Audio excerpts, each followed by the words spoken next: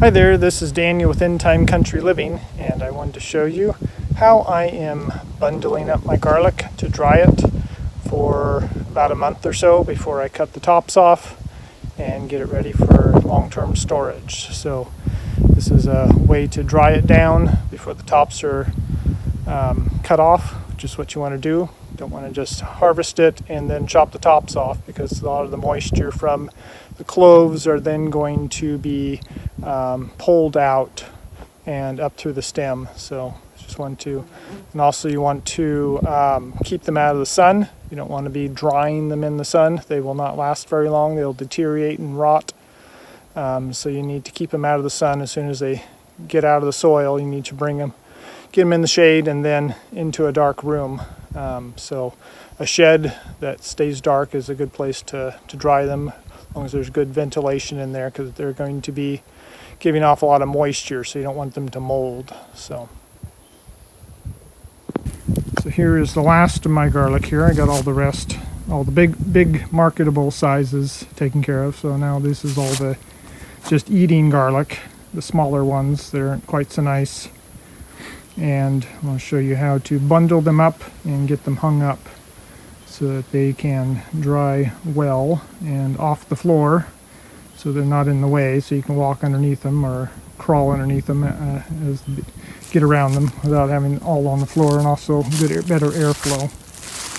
So taking a string here, a piece of baling twine, which is around 8 feet long. Let's see if I can find one here. Okay, so taking a piece of baling twine, which is nice and tough, usually free if you know someone with a horse. Usually there's one knot in there where it was tied from the bale. I usually put a knot in the ends there to keep it from getting frayed here. So like this end will get frayed over time if you don't put a knot in it. So that's the first thing we want to do. Okay, so before we put the knot in, just want to twist it a bit. Just put a simple knot in the end there, like so. And then on one of the ends, we want to put a bowline or a loop.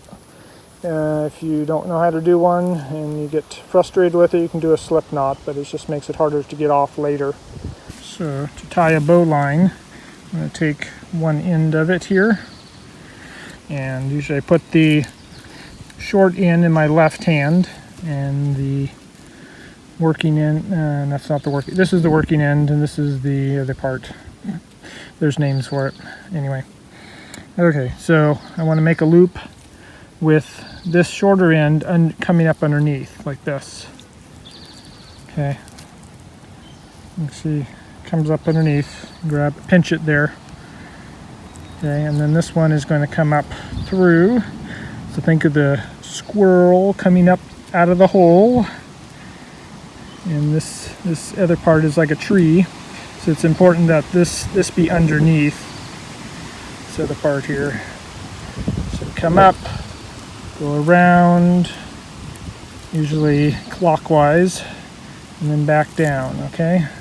That's the knot here. It looks kind of chaotic at this point, but see, this is going to be my loop. This is going to be the knot here. So let's do it again here. So you make a loop, so you can do it two ways. Okay, this is the wrong way. So this is the short end. We don't want this on top. We want it on the bottom. So that's the hardest part, because if you do that, it falls apart. Doesn't work right. So then we take this up through the hole, clockwise around the tree, and back down. Okay, like that. Punch it through and then just tighten it up. Usually this part, tighten it, pull on that, and that tightens it up. So then we have, this is actually, fairly easy to take out as well, because this part you could push on this to get it loosened up and take the whole thing apart fairly easily. So it's a nice knot for that, but it also doesn't slip, so it isn't going to problem with slip knot is that when you put the other part through and this tightens up around, it all becomes a really kind of tight spot. Sometimes if you get it big enough, it won't be a problem, but having a decent sized loop that you can run this through is a good idea. So there's that part. Okay, so the next step here is to lay it horizontally on the ground. So we got a loop on one end, just lay out the string straight, and mostly straight, and then we want to lay the garlic on top of it with all the heads lined up as well as you can. So we don't want them all to be level with each other, otherwise if you get one stuck down in here, it'll fall out when you hang it up here, or it won't stay in very nicely. So we want to get a bundle that's about 40 pounds or so, or you could make smaller ones as well. It's just you need more places to hang them up, more bundles if you make them smaller. So we'll make a nice big one here. Grab a handful of 15 or so and just drop them loosely onto the ground a couple times to get all the heads lined up flat on the bottom. And then I just lay it carefully on top so that I'm trying to keep a flat top or bottom, whichever it is. It could be both. But anyway, flat side where all the roots are. Keep adding to it here. Like that. And if you get one out of sorts, you pull it up and put it back in line.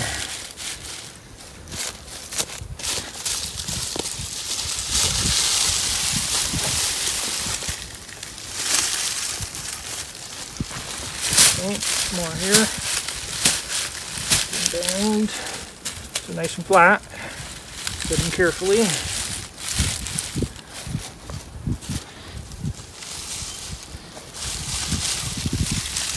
So my last batch here, I'm going to probably do about 2 bundles, so it'll be about half of the garlic that's left. This is all the small stuff again, so don't think my garlic is all this puny. Although this is probably average, I don't know. Average to small, but we got lots of big ones in there this year.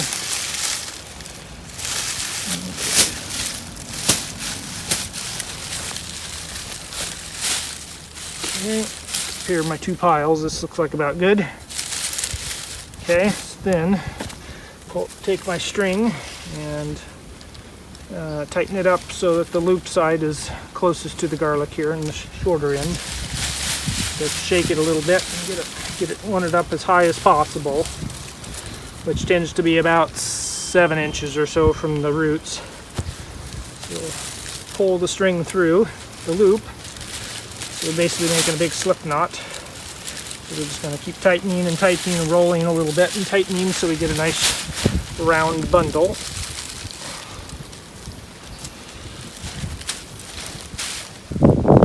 Okay.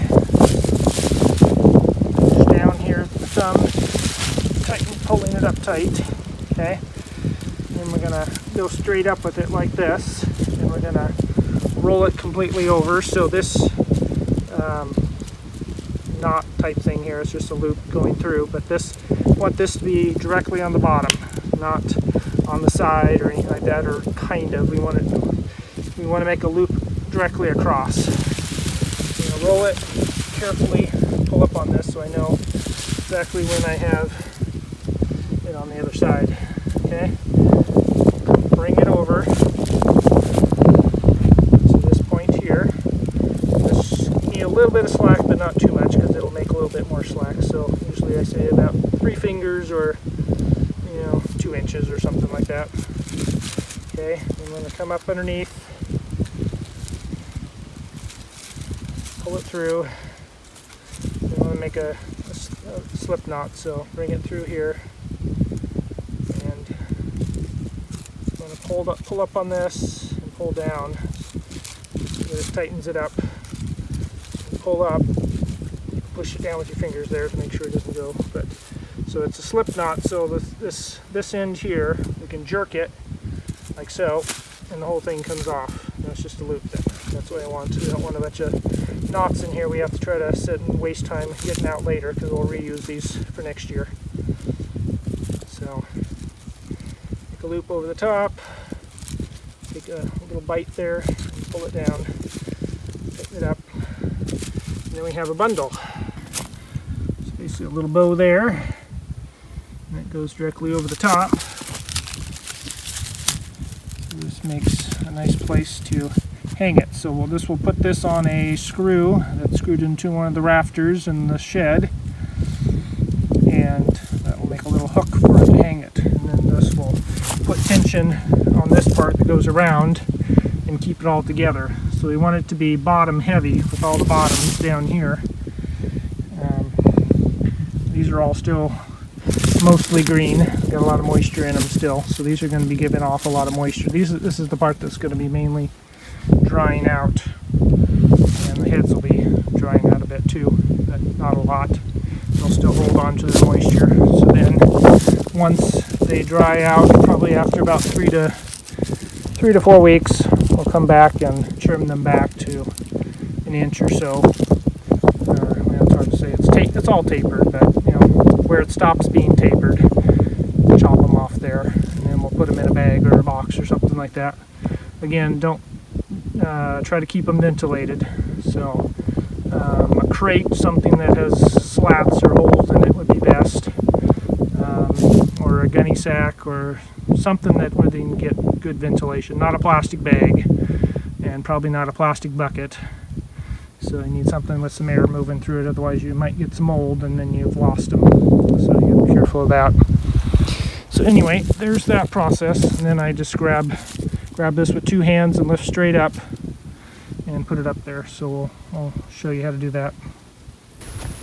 Okay, so we'll just scoop it up and get a hold of this here with one hand, and the other hand next to me like this, and carry it in there.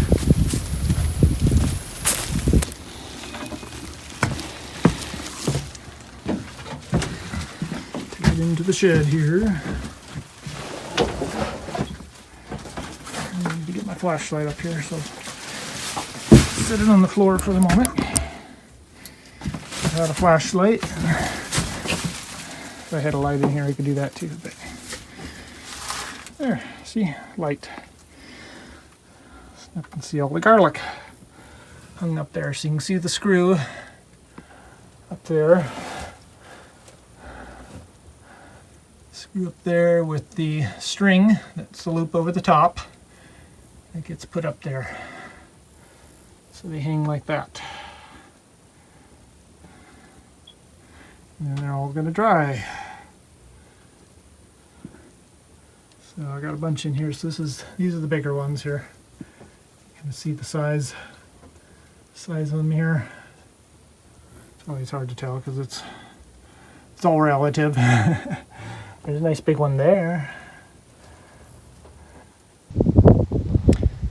Okay, so that is how I am hanging up my garlic. So it seems to work really well, so I encourage you to give it a try if you have a bunch of garlic that you need to dry down before you cut the tops off.